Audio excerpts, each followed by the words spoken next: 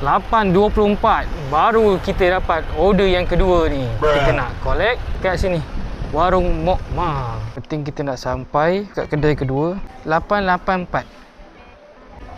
Okey, terima kasih. Wah, dah siap. Tak sidai. Wah, kita nak hantar 4.8 kilo. Alhamdulillah, tak jauh. Maksudnya okey lagi lah. Ni 4 kilo tu tak adalah jauh sampai 7 kilo. Macam tu lah. Sangkut.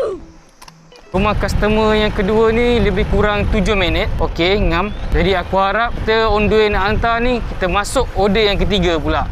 InsyaAllah lah. Harap-harap macam tu. Sini ke? Sini ke? Sini ke?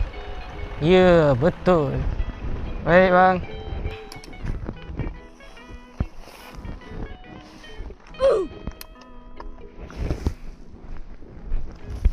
Ni bang. Okey, baik. Sama.